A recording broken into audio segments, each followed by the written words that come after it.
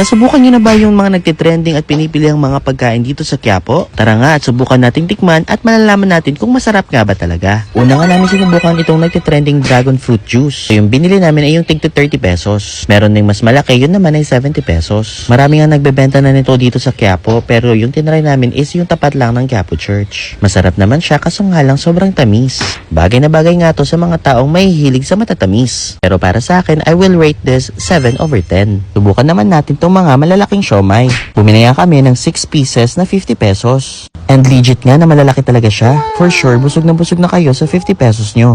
Sa 6 pieces na siomay na yon, 3 yung plain at 3 naman yung may kulay. Honestly, hindi ko alam yung flavor ng dalawang kulay na yun eh. Pero I must say na mas nagustuhan ko yung plain na color. May mga available na chili garlic and soy sauce din sa gilid. And for this siomay, I will rate this 10/10. Dahil nagustuhan ko siya at for sure babalik-balikan ko to. And of course, last but not the least, anong ulam? Subukan naman natin tong Hungarian sausage ni Neneng B.